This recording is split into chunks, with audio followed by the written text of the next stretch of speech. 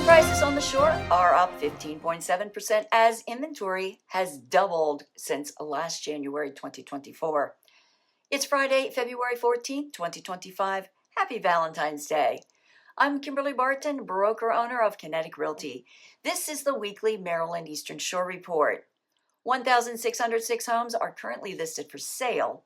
Homes coming soon will contribute another 135 properties to the active inventory.